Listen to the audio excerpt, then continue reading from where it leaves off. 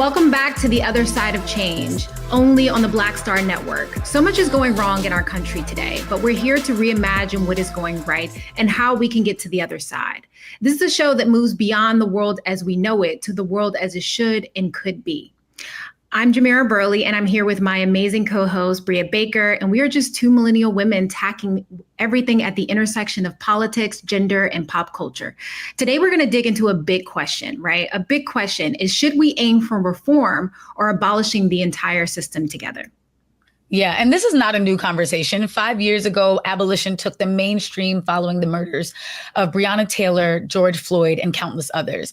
And as two women who've worked on change from different angles, we've got plenty to say and a pretty amazing guest joining us later to dig in some more.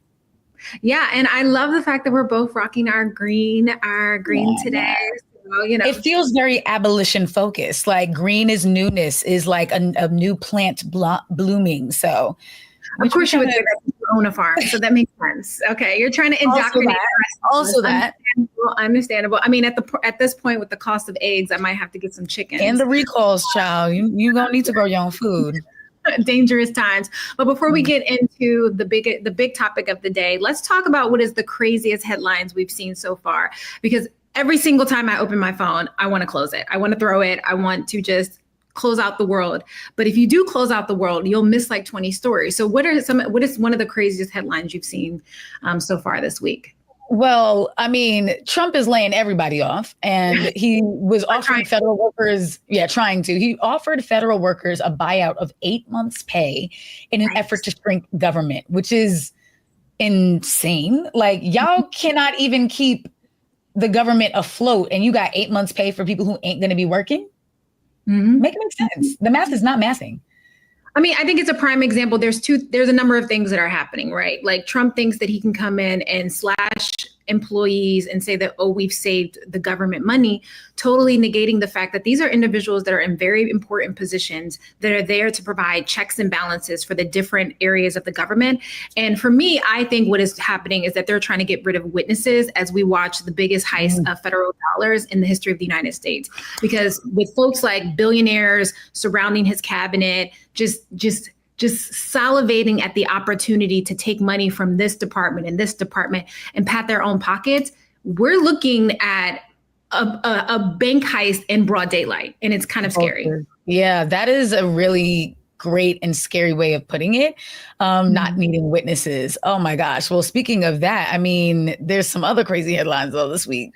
I mean, who needs witnesses if the president is just going to pardon you anyway, right? So one thing I found really interesting that Trump did within hours of being elected, instead of him looking for ways to unify the country, bring folks together, talk about his vision for America that ideally would include the vast majority of us or all of us in general, he decided to pardon the rioters, the criminals from January 6th who tried to overthrow the government at the behest of President Donald Trump, who was running for president in 2020. He decided to pardon all of them. More than 1,000 individuals who not only stormed the Capitol on January 6th, they injured police officers, they destroyed property, they broke into government offices. And apparently senators are running around saying that this was a normal day at the Capitol. I've been to the Capitol many of times. And you ain't never seen that? Girl, they are checking my bags. They are throwing out my water. They're asking me to open my laptop to make sure that it's working and that I'm not carrying around some sort of device to destroy property. So the idea that these folks were able to come in there with weapons and push through security guards, and Trump is now saying, oh, I'm just going to pardon them all. Free speech, girl, bye. I mean, and now we know that one of the individuals that he pardons was just unalived by police because he wanted to push back against being arrested. During an arrest, he was shot and killed by police just days after being pardoned. And we're probably going to see numerous stories like that over the next few months. What's interesting is this moment keeps reminding me of the tension, to go back to abolition, between this is a party and Trump's administration claims to be very pro law enforcement, and yet is like unleashing these like crazies out into the world who have no respect for any sorts of authority, who don't want, who see their pardon as a get out of jail free card, because that's what it was. And then they effing around and finding out. And it's like, okay, so now where do y'all stand on police brutality now? You gonna, oh, okay, got you. I mean, if you notice, even the police have been quiet. What happened to All Lives and Blue Lives Matter, right? It just goes to show you that it was never really about that, right? It was always about quenching the outcry of what we saw, what was happening, which was police unaliving unarmed black and brown folks and not being held accountable. And now when you see a president comes in and says that police are a part of people that he cares about, letting folks go who actually killed and injured police officers on his watch, it's all a rouge. It's none of it is real, right? At this point, like they make up their own rules every single day that better suits their ideology, which tells us that doesn't include people that look like us. Yeah, literally shifting the goalposts nonstop. And speaking of shifted goalposts, it's also been wild to see all these companies that in 2020, they had the black squares up. They said, we are committed to DEI, Black Lives Matter here. And they are walking back those DEI commitments. They were talking a good game in 2020, talking about pipelines to leadership and putting black retailers on the shelves and black businesses and nearly 5 years out, we couldn't even wait till a decade, 5 years out, the next administration over from the racial reckoning, Trump is in office. And it seems that people have seen that as like, great, I can actually say goodbye to that. I can take the mask off, be who I really am. And it just feels like it's hurt the movement in so many ways. I mean, even beyond these DEI rollbacks in California took some big hits with ballot measures when it came to policing and prisons and public safety. And it was scary to be like, wait, if Californians are voting in some of the most carceral legislation we've seen in recent years, what does that mean for the rest of the country? So it just feels like while some people are calling for reform and bipartisanship, there's others of us in much smaller force than it was 5 years ago saying it's time to tear it all down. And you've been inside some of these rooms. So what's the vibe?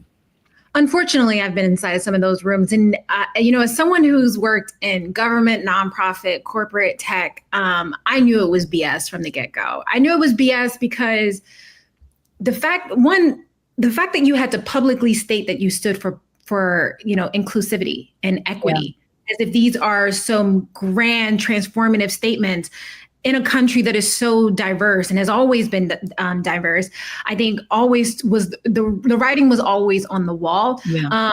And I think that seeing so many companies that I've consulted for, that I've spoken on their stages as have you, right, at many of these conferences, these social impact conferences, to seeing some of them make these horrendous steps back in the wrong direction, to your point, tells us that they were never fully invested. They never believed in that this was truly a part of their values structure. And also, I think it's a little short-sighted, right?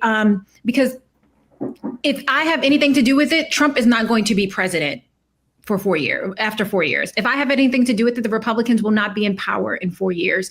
And so for companies that know that millennials and Gen Zers and Gen Alphas, our memory is not that short. Okay, we are going to remember where companies stood in moments of crisis and how they bowed to the dictatorship and the tyranny of the Trump administration, a man who has been in office less than 30 days.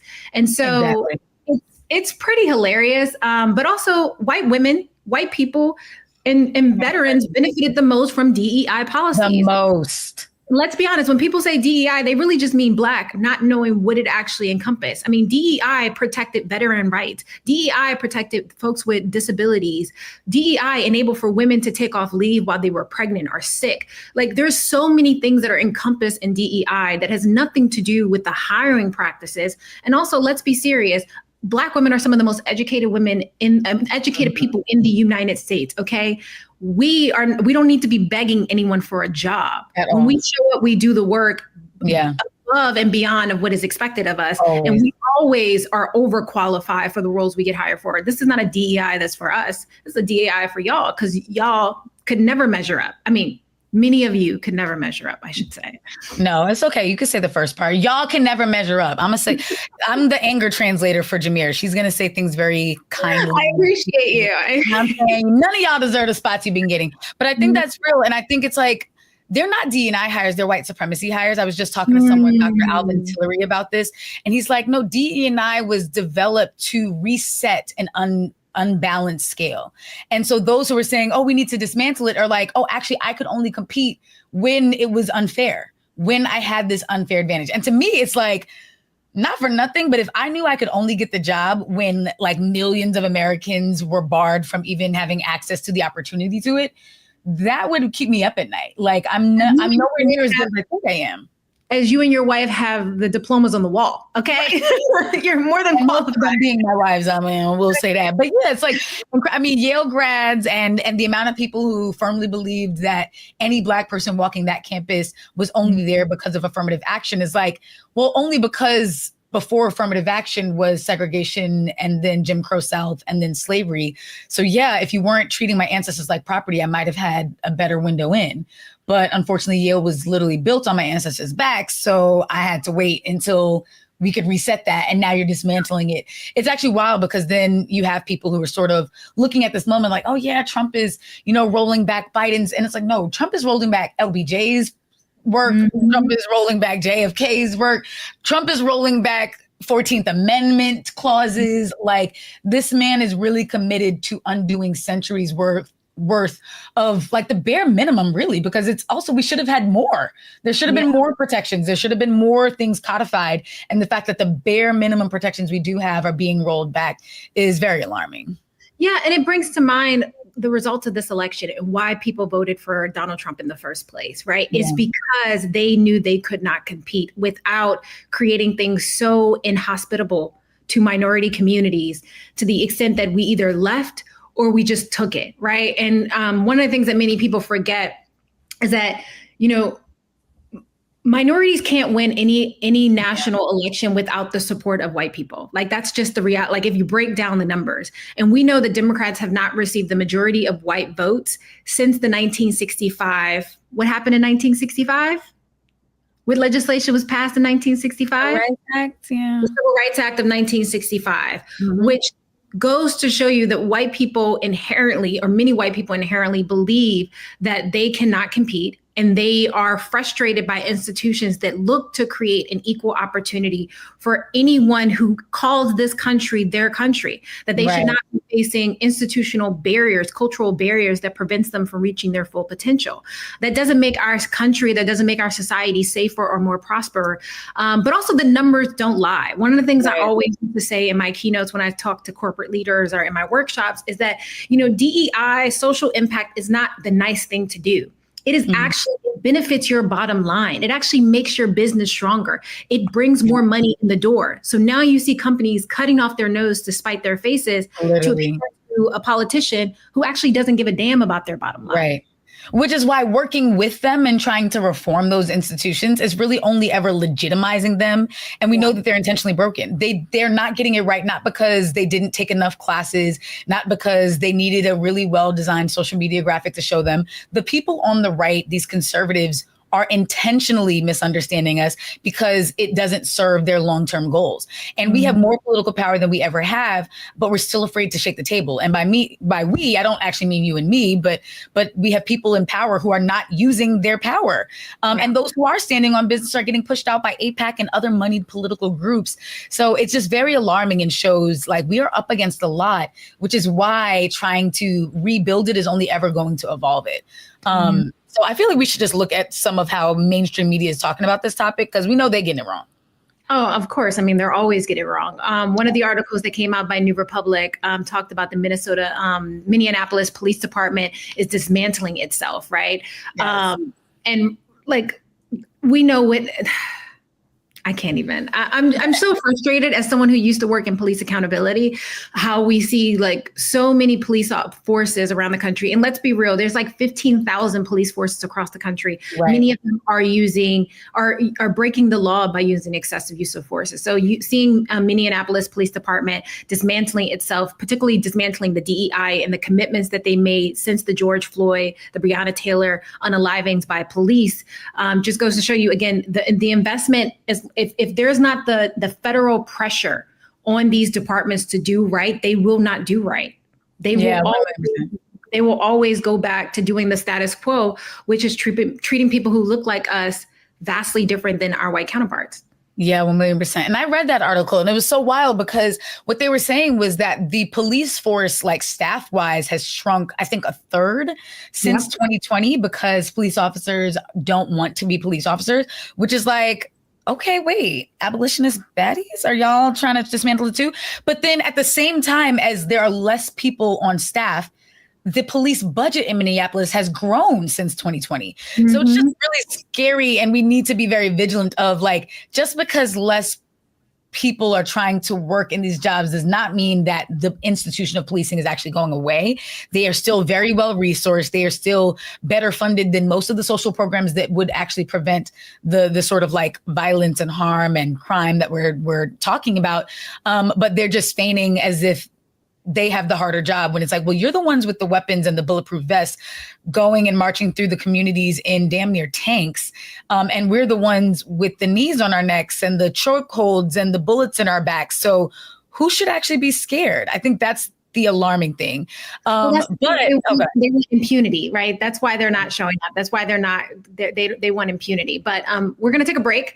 We'll come back and continue to discuss some of these hot headlines and remix them a little bit because we know these news institutions are doing many of it wrong. But we'll be back on the other side of change after this break.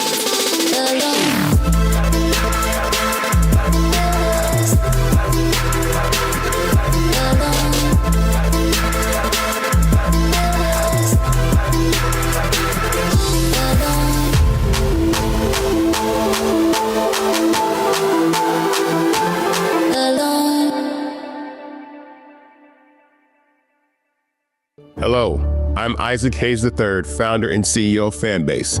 And right now we're accepting investors in our $17 million round to revolutionize the future of social media. Today, for just $399, you can own 60 shares of stock in Fanbase at $665 a share. Go to startengine.com/fanbase and invest today. While the big platforms have grown too massive and disconnected from their users, Fanbase is building a platform where creators and users truly come first. We've already raised $8.6 million from everyday investors who believe in this vision, and now you can join them. This is your chance to invest in a social media tech company with over 1 million users that is disrupting media by allowing anyone to reach all of their following and monetize their content from day one. The market is changing, big platforms are failing to serve their users, and Fanbase is stepping up to fill the gap. Don't wait until it's too late. Invest now. Invest for yourself and your future. Go to startengine.com/fanbase and own the future of social media.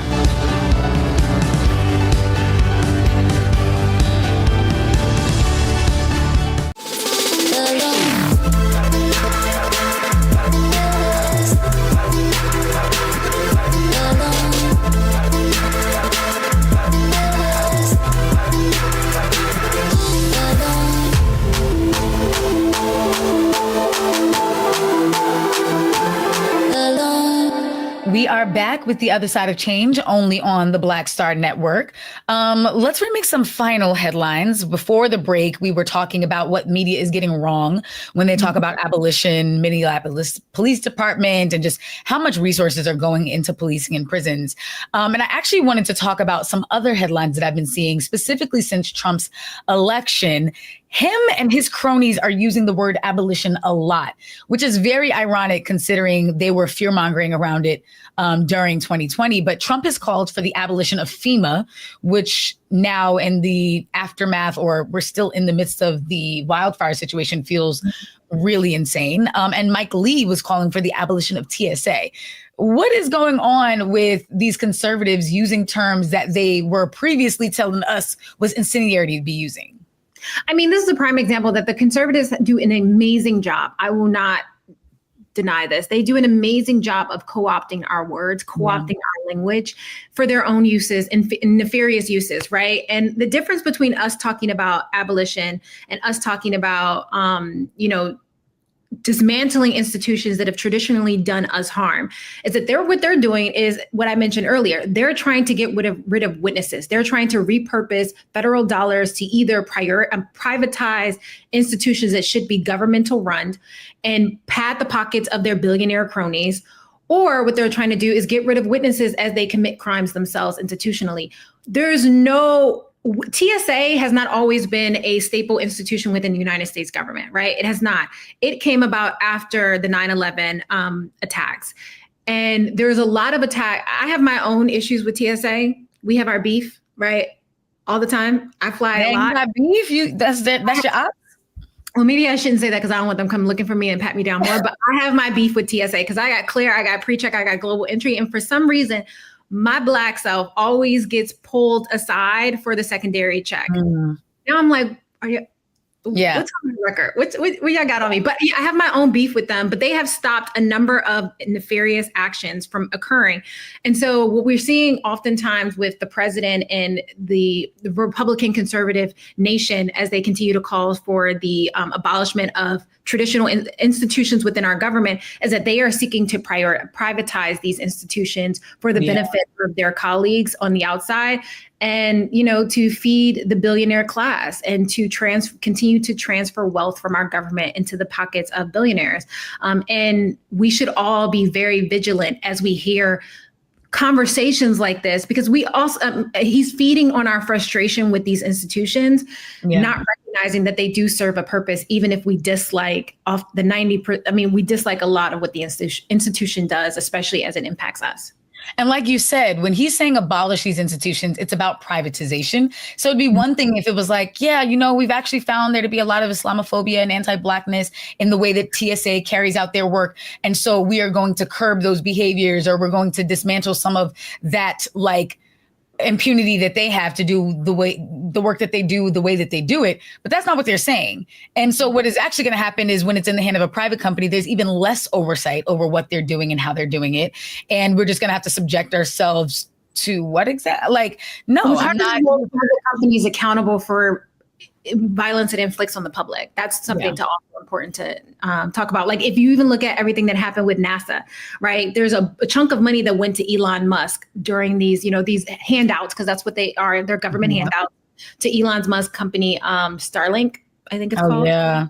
And we don't know what that money is being used for. We don't know what is happening with that. Our federal dollars being used for this private company. And that is going to happen across the board if FEMA and the TSA and other institutions that Trump is trying to abolish and become private, or even like the U.S. Postal Service, right? He was calling for it to abolish that. The man is crazy. We're not going to be able to afford anything. But we've seen what privatization does with private prisons, and we don't want that. It goes back to disaster capitalism, this idea of trying to profit off of something that if you're just trying to keep people safe, why are you trying to spin a profit? If you're just trying to keep people safe, why? Or make it efficient, you don't increase the prices. Right, exactly. But they're co-opting our language, especially after they were condemning us for using that language to critique the government, which is very interesting. It's like Trump and his administration are very much straddling this line of being very pro-police and pro-prisons, but also being proud of of having a felony, and very proud to it's this weird dance he's trying to do. And it just really proves that it's never actually been about the word choice or the messaging. They just want to balloon funding for the things that they care about, which are police, prisons, and military, while stripping everything else down, which will lead to more of the fear and the chaos and the crime. Yeah, and it's a reminder that they deliberately co-opt progressive language to muddle the waters, right? It puts us on the defense of having to defend institutions that we know are inherently harmful to us, right? Because we see that there is some benefit of it, and we also know that the intentionality about why he wants to do these things are not for the benefit of us or for the benefit of the larger American population. So we have to be very cautious and ask why, right? If this is about efficiency, if this is about reform, like why and who truly benefits in the long run? Because I guarantee you, it's not you. Yeah, 1,000,000%. Can somebody tell Snoop and Nelly and Soulja Boy and all of them that? Because they are cozying up to the administration. They're not like us. They're not like us. Sadly enough, even though they're going to be treated like us, they're not. 1,000,000%. Yeah, 1 million. And it's just very performative. It's just everything that we're seeing right now is this I'm going to say what feels good in the moment, even though I'm not backing it up with anything real. We saw JD Vance do that a lot in the debates, saying things that's actually not the platform of your party. And that's not what, you're trying to bring people onto your side by saying the juicy, exciting thing in this moment when The lie detector has determined that it's not what you're actually going to do when it comes down to it. And so, yeah, to go back to what we were saying before, like these companies do not care about us. No, the companies do not care about us. The government does not care about us. That is why it is going to be the responsibility of the community to, wrap our arms around each other during these difficult times, to, provide resources, mutual aid for us to stand in front of each other when we know that there are going to be institutions trying to, marginalize us, to create this division, to target those who are the most vulnerable within our society. That's when we have to step up, not just when it impacts us, but when it impacts those around us, because they'll start coming for them, and eventually they'll start knocking on your door, and by then it will be too late. So you can't turn away. You can't look away and think that it's those folks over there, because eventually it'll be you too. Yeah, 1,000,000%. But I've been loving though I don't want to give the conservatives too much power, because yes, we have a very uphill climb with Republicans controlling all three branches of the federal government. But there's so much that people are and can do locally to just keep this movement going. And I think it's just been beautiful to realize like abolition is on the tips of the tongues of more people than ever before. College kids are doing teach-ins, talking about participatory budgets and defunding violent agencies. There's now a Black university called Hillman Top. Yes. About racism and Spanish and like financial literacy. To your point, people are stepping up. Yeah, filling in those gaps. And like to filling in the gaps, there's also been a number of new like unarmed responder like local initiatives that are basically saying like you don't need to call 911 for everything. And we need to have a more decentralized way of addressing harm. If it's just a traffic stop, we do not need someone with a gun addressing that. If it is a domestic violence, like if it is a disabled, like we need more of people having specialized training for the sorts of crime or the sorts of situations that they're responding to. And so it's been really beautiful to see these sort of non-police response teams, these violence interrupters, which again, you've been doing police accountability work for a while. So this is not new. We've seen people like Erica Ford at Life Camp, GMAC, and a lot of Chicago-based groups that have been doing this work, right? There's a lot of organizations that have been working for the cities and the states that actually want to do real work and actually do reform.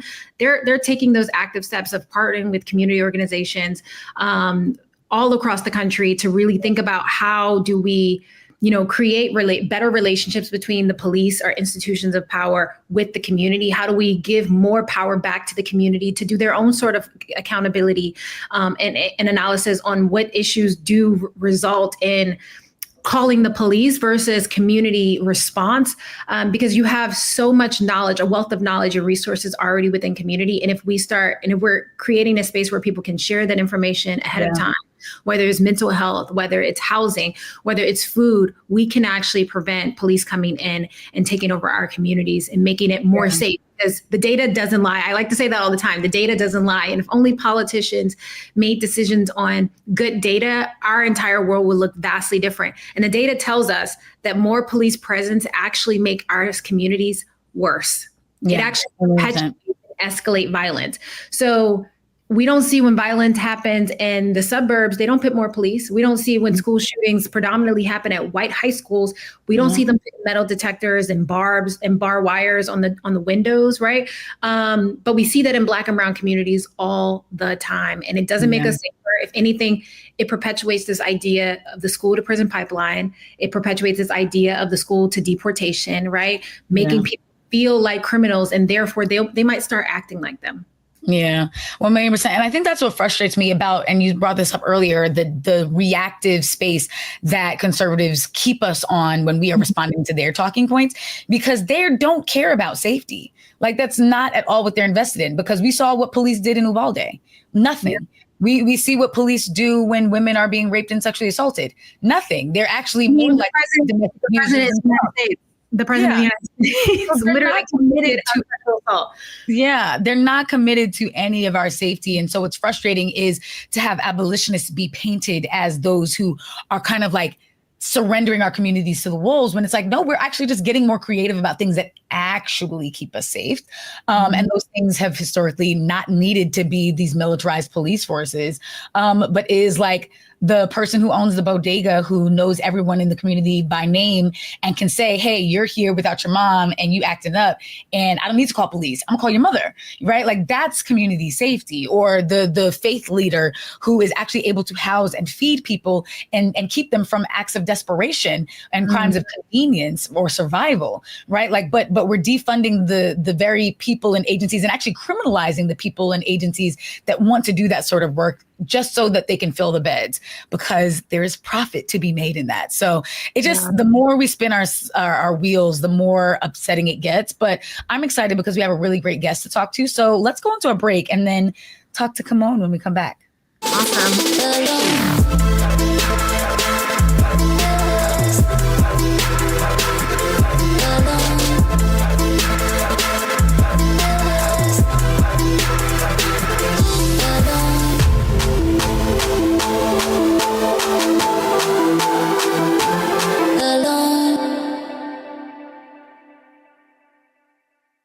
What's up, y'all? Look, Fanbase is more than a platform. It's a movement to empower creators, offering a unique opportunity for everyday people to invest in Black-owned tech, infrastructure, and help shape the future of social media.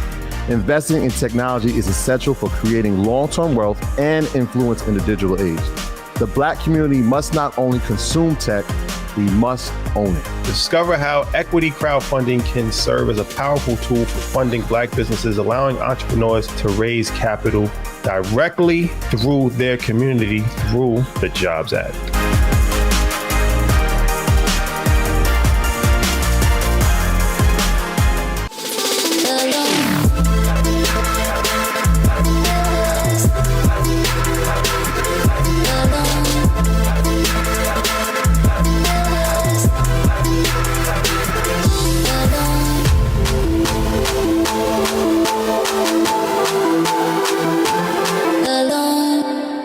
We are back at the other side of change, only on Black Star Network. And we are all about dreaming beyond limits and putting our finger on the better world that we're actually working towards. And I am so hyped because today we have my boo, Camonghne Felix, here with us. Camonghne is a brilliant writer and organizer who diagnoses what's wrong with the now and lets us know how much possibility lies in abolition. Her existing book, Dyscalculia, is a favorite of mine. And she has a forthcoming book that we're going to let her tell us all about later. Welcome to the other side of change, Camonghne. Hi, thank you for having me. You're both so brilliant. I can't wait to listen to this podcast. Oh my God, you, boo, you. We love you. Okay, so Camonghne, let's start with just like a little dreaming, because I feel like we have lost our ability to dream outside of the lines, and people can kind of only operate between what they've already seen and like slight tweaks to that, which is again what we're not about. So when you dream of this abolitionist world, paint the picture for what most excites you about how more people will be able to access safety, dignity, and joy. You know, I think it actually starts with a scenario that you just brought up, right? That you go to the grocery store or you go to the corner store and there's a young person who clearly needs some kind of service, right? Whether they're acting up or they're in crisis, right? And that person, whoever is like running the grocery store, knows who the mom of this child is and knows exactly who to call, when to call them so that this child can be taken care of, right? That is such a radical image because it offers a suggestion that we already know to be true, which is that we have what it takes to take care of each other and to take care of ourselves. And I also think that part of what the dream looks like is being able to redirect some of those funds that we know go to the carceral system into the world that we live in and the world that we want to live in, right? So I want to see schoolhouses that have new books. I want to see unhoused people being offered housing that is sufficient and humanizing. I want people to be able to go to the store and access food that is good for them, that is nurturing and fortifying.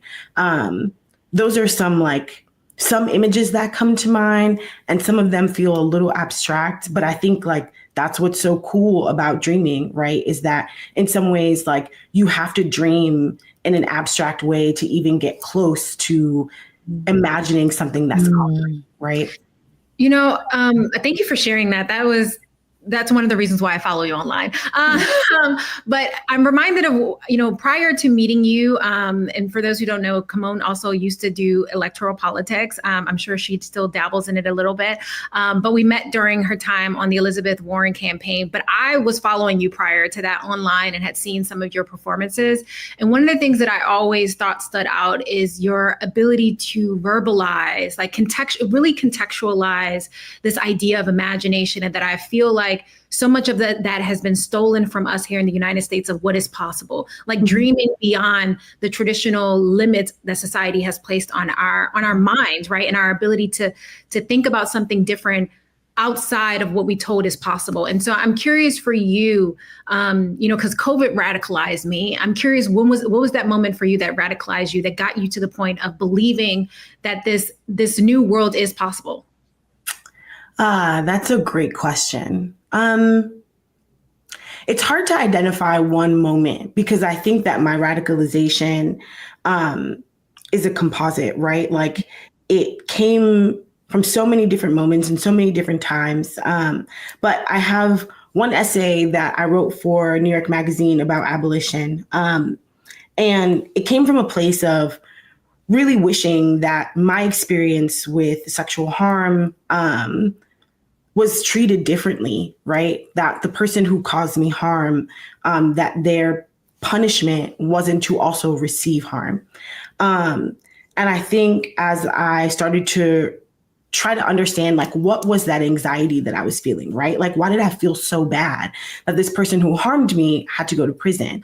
And so in trying to navigate that, I started reading, like Ruth Wilson Gilmore and Cedric Robinson, just really trying to contextualize, like, what is the thing that makes it so hard to reconcile what's happening in our carceral system, right? So I think that's one of the things. But I also say, and Jamira, I know you can relate to a lot of this, like, being in electoral politics, like, every election cycle, I find myself angrier and angrier and more disillusioned, right? And the thing about disillusionment is that it can become useful or it can become despair, right? Which I don't think is always useful. And so every cycle, the more disappointed I got, the more enraged I felt and the more activated I felt. So in some ways, like, all the work that I've been lucky to do has led me to this point of radicalization. But yeah, I mean, there's so much more I could talk about. I started talking about Palestine with my dad when I was 12. And all of those experiences, just really makes up who I am today and the way that I think about power and progress in systems. Yeah. Oh, I love that you said that. And that reminds me of the Miriam Kaba quote, let this moment radicalize you rather than lead you to despair. And it's so real. I think it's easy to be only angry, but you don't really get creative from a place of anger, right? Like, anger is good for fueling you towards participating in mass action or mobilization, but there's only so far it will get you, and it'll actually burn you out fast. And I remember being in that place after Eric Garner and Mike Brown and Sandra Bland were killed, right around like that 2014, 2015 moment. And it was like, I needed to tap into something that made me believe there was another world we could work towards, which is the beautiful thing about abolition. I love that people like Ruth Wilson Gilmore and Angela Davis and Derica Purnell can leave you thinking, like, wait, it doesn't have to be that way. Like, we funnel billions of dollars into this very violent killing machine. What if we didn't, right? Like, so where do you see the abolitionist movement now, whether that be from a comm standpoint and how much people understand it, or like the actual status of implementation? So I think that the abolition movement is happening, it's sort of existing on all of those planes. It's happening in different ways at the same time. One of the most important things that's happening within the landscape right now is this consciousness raising effort, right? We don't get people to a place of imagination unless we invite them to imagination.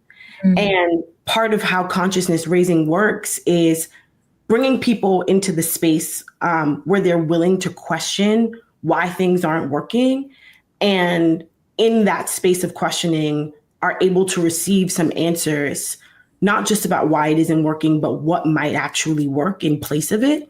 And I think, like, you know, with credit to, of course, Derek Purnell, and so many of, and like we said before, Ruth Wilson Gilmore and Orasami Burton, right? We have so many people who are bringing this thinking into the mainstream consciousness.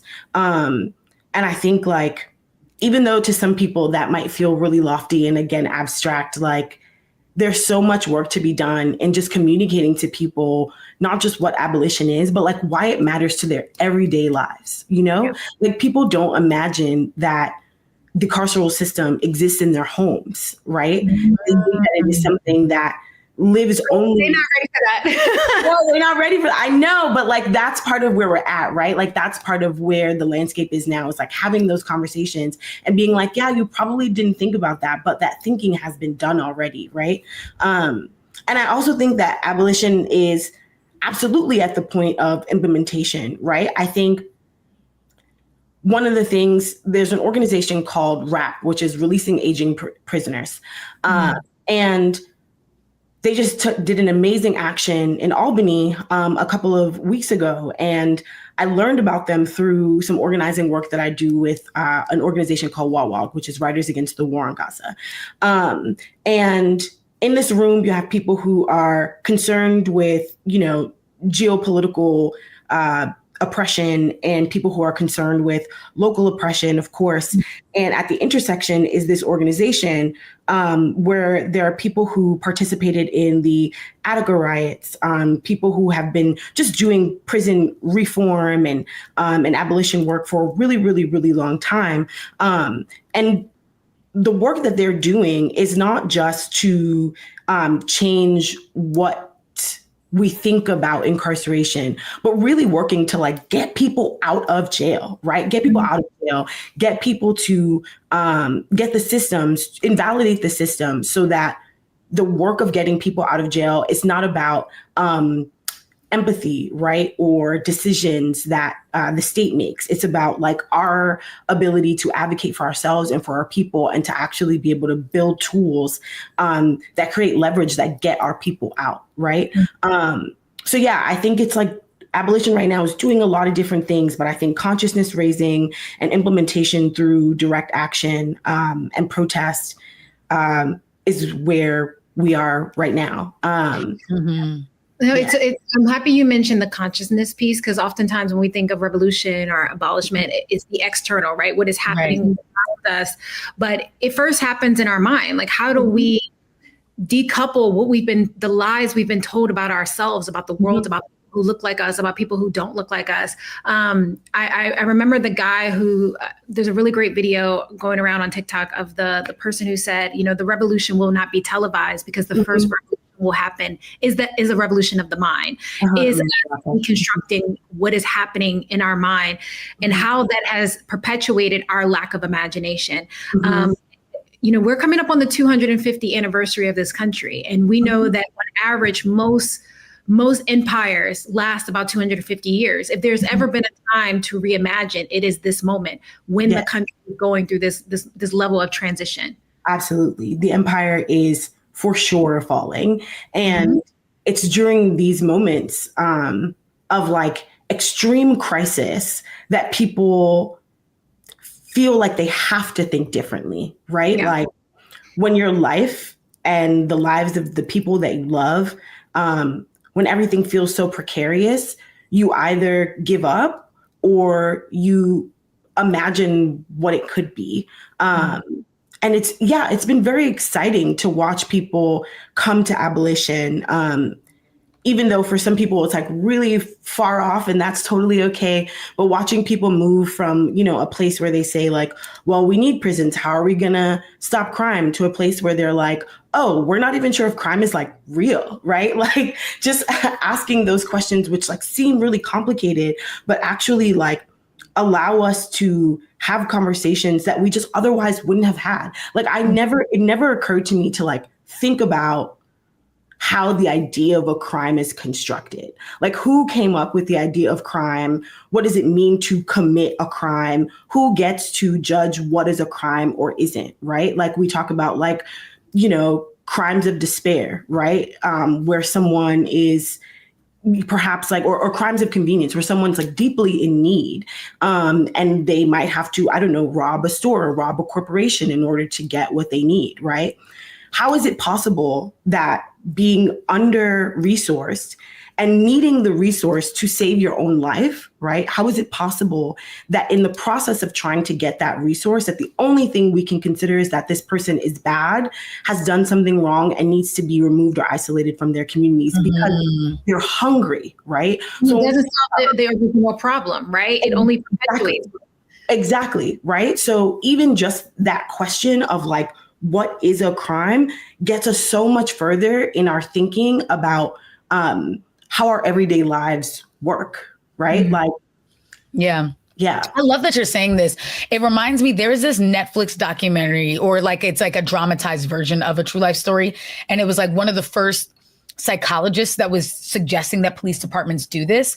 And he was doing it from a form of preventing crime and saying, like, if we have an archetype of the kind of person who wants to commit harm against another person, we can better prevent the harm. For example, if you know that a child who harms animals will grow up to be an adult who harms people, you can address that in a child early on and prevent the harm that happens against a person. Totally. But then the FBI kind of twisted that and used it as a way to catch people after the fact.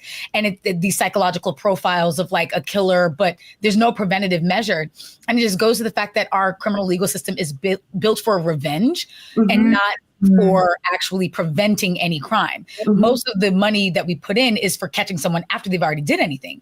We have no investment energetically or financially in understanding why people do what they do, why hurt people hurt other people, and why it's important to disrupt the cycle as early on as possible. And so we just churn out people who are just better at getting away with the harm, who watch the true crime shows thinking, oh yes, I just have to wear gloves next time. Like, it's like we are not invested in figuring it out. And that's because people are afraid to empathize. Last one I'll offer is, like, I was listening to a podcast that was kind of talking about someone who was trying to prevent like pedophilic harm. And was saying that like people were just so afraid to be looked at as empathizing with a pedophile that they didn't even want to be a part of the initiative. When actually, if you care about children, you should want to prevent the harm, even if that means having to talk to someone who's done it before and understanding why and how we avoid it. And it's so backwards that we focus more of our attention on getting people after they've done it and setting up the registries, and not enough on. You know why, right? Because if you dig deep enough if you dig deep enough, you'll realize that at some level, the government is at fault, right? There's something, there was a service, there was a situation, there was an environment in which, at its core, reason why people commit crime is because something was lacking in their life or their community that did not enable for them to grow up to be there, to reach their full potential in a way that was helpful to the community. Like uneducated kids, if you live in a community where there's rampant poverty and violence, and you go to a school that is not teaching you, the likelihood of you then going to either become incarcerated or commit a violent crime is pretty high, right? All because at the core of it, you were not provided what you needed to in order to be an active, productive, and participatory citizen within this country. But that's also what's so interesting about abolition too, right? Is because abolition is asking us to like look at what harm is, and not just to look at what harm is, but to like look at all the ways that we are all complicit in systems of harm, right? Yeah. Harm causing is systemic, right? Yeah. Like, even when it's happening in your immediate community, there's some kind of system that's either responsible or is directly impacting the way that you're able to respond to harm, right? Yeah. When we talk about abolition, we're not just talking about this like huge macro thing that like only relates to prisons, right? We're also talking about how we relate to each other in our own communities, right? Like if you believe in abolition or you're living in a world where you're trying to understand and commit to abolition, then when you see someone cause harm, right? Even if it's emotional harm, your first impulse, right, may not necessarily, after learning about abolition, be then to like excommunicate this person. Obviously, there are some situations where like people might need to be distanced, right? Like for general safety, right? Especially when it's interpersonal violence. But at the same time, the idea that a person needs to be completely removed from the communities and sort of social networks that humanize them, like you start to think differently about whether or not that makes sense, right? And it's part of what I love about abolition is that we're asking people to think about how carceral systems are reproduced in their everyday lives and how we reproduce those systems too. Yeah. I will say that has been the best part about abolition for me. It's been such an unfurling because you realize that like, okay, it's not enough to just point out and say, I don't want there to be police, but like, if I still want people to be safe, but I talk to people crazy. I have road rage. I'm instigating situations that might require mediation. It's made me so much more careful with my words. Like be intentional, Brea. Don't just be, well, I said what I said. Like, no, I have to care about how what I say lands for other people and not be casual about stepping on people's triggers. I have to care about where I spend my money and whether those companies are aligned with me. And I have to care about whether I'm the kind of community member that my neighbor could call on if something was happening that they don't need 911. Because the amount of people who call 911 for a noise complaint because they saw something suspicious, like call your neighbor. It's crazy. It's because they don't know their neighbors, right? Yeah, We've got actually in the divisiveness of individualism that we forget that the person down the street is our neighbor. Like we should be able to go not just borrow a cup of sugar, but actually say, hey, yo, my kid is trying to sleep. Can you turn down the music a little bit? But I'm going to stop us right there because we need to take a quick break. But I want to continue this conversation. So we will be right back on the other side of change.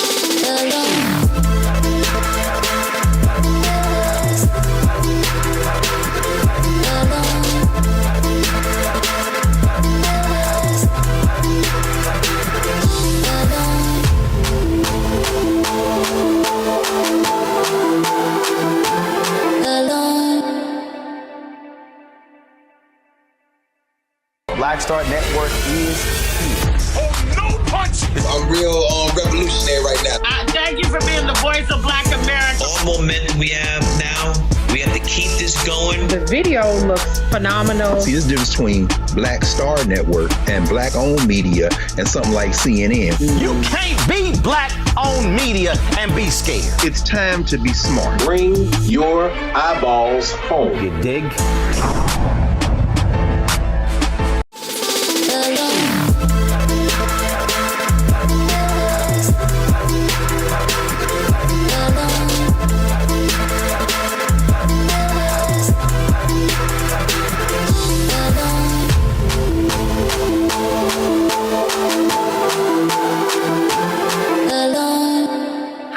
You are now back on the other side of change, only seen on the Black Star Network. We are back here with our guest and my co-host. And we were talking about like the division that we're seeing in communities. And I know, Camonghne, you wanted to, tap into that conversation. So I'll hand it over to you. Yeah, I always think it's so interesting when we start talking about individualism because we're implicitly and in some ways explicitly talking about capitalism, right? Yep. And I have this like perfect example. I live in a condo community and we have an HOA and the people who own the home above us they rent the apartment out. They do short-term rentals. So Airbnb, VRBO, et cetera, right? And when we first came to the condo and first came onto the HOA, we were like, hey, like, we're really not comfortable with that. Like, for many reasons, one of the obvious reasons being that like we live in a community of Black and brown people who aren't able to own homes.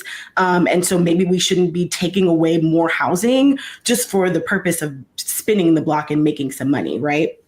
So that said, there was an issue over the weekend where they had some guests who were extremely loud, kind of disruptive and destructive. They were obviously young people. They were kids having a party, right? Simple stuff. So we asked them to, check in with the guests and make sure that, they're not destroying anything, but also that like everything's okay, right?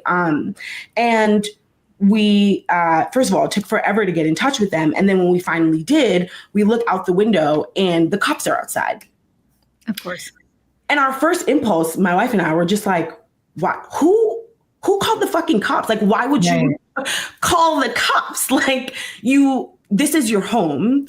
Your second home or whatever else is around the corner. We're here. We're telling you that we're more than interested in going upstairs and talking to these young people. But before that is even offered to us, you call the police, right? And the reality is that choice wouldn't have been made if that home wasn't a site for profit, right? If they actually lived in that home and cherished that home and cherished their communities, right, then their relationship to policing would ultimately be different. It wouldn't have felt appropriate to, at 11 p.m., call the cops on a bunch of kids who are having a party when you know that the police could show up and do some real harm to them, right?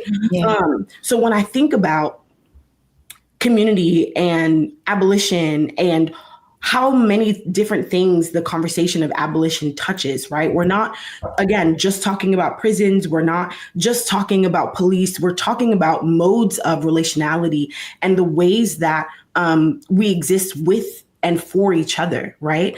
And what I'm hoping that abolition does is that it continues to like break down those conflicts of relationality where we're able to actually tap in and think to ourselves, like, what do I actually want from my neighbor? Or like, I'm having a conflict. How do I actually resolve this in a way that keeps us all safe, right?